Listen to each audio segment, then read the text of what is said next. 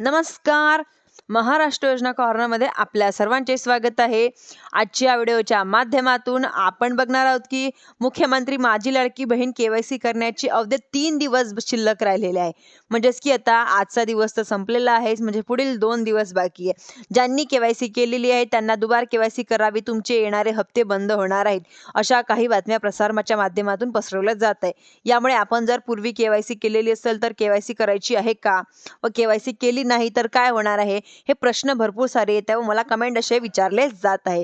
म्हणजेच की आता 31 डिसेंबर 2025 पर्यंत मुदतवाढ देण्यात आलेली होती व महिलांनी केवायसी केलेली होती व काही जी आर आल्या, महिलांनी केवायसी केलेली होती.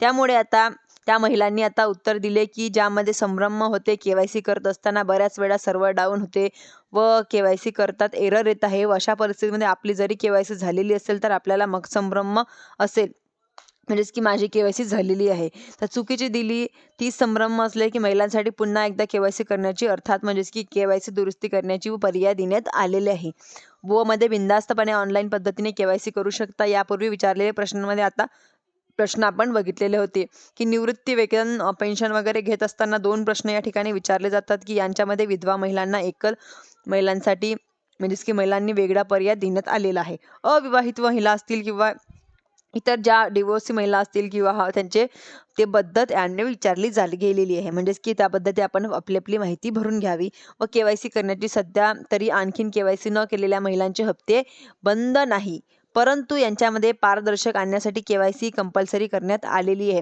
फेब्रुवारी महिन्यापासून येणारे जे हप्ते असतील ते हप्ते मात्र केवायसी न केलेल्या महिलांना बंद करण्यात येणार आहे. अर्थातच ती केवायसी सुद्धा बंधनकारक असणार आहे. पुन्हा त्यांच्या केवायसीसाठी जर ओपन केला तर पुढे जून महिन्यापासून केवायसी सुरू होणार आहे. मग जर काही महिलांनी केवायसी राहिली असेल तर हप्ते बंद होणार आहे, परंतु जूनमध्ये केवायसी सुरू होण्याची वाट पाहावी लागणार आहे. यांच्यामुळे केवायसी न केलेले तर यामध्ये येत्या 3 दिवसांमध्ये आपली केवायसी करून घ्यावी. राज्यातील लाभार्थ्यांना म्हणजेच की केवायसीचा आकडा पाहणं आणखीन मोठ्या प्रमाणात महिला लाभार्थी बाकी आहेत. म्हणजेच की आता ज्या महिला लाभार्थी केवायसी करायची बाकी आहे त्यांनी लवकरात लवकर आपली केवायसी करून घ्यावी व मोठ्या प्रमाणात जर बाकी राहिल्या तर मात्र सरकारला यांच्यामध्ये 15 जानेवारी किंवा 20 जानेवारीपर्यंत मुदतवाढी द्यावी लागणार आहे व या संदर्भातील आता अद्याप कुठली घोषणा करण्यात आलेली नाही, परंतु त्यांच्यामध्ये येऊ शकते का आपण आता बघणार आहोत की यांच्यामध्ये मुदतीची वाढ न पाहता आपली केवायसी करून घ्यावी, लवकरात लवकर आपली केवायसी करून घ्यावी. धन्यवाद.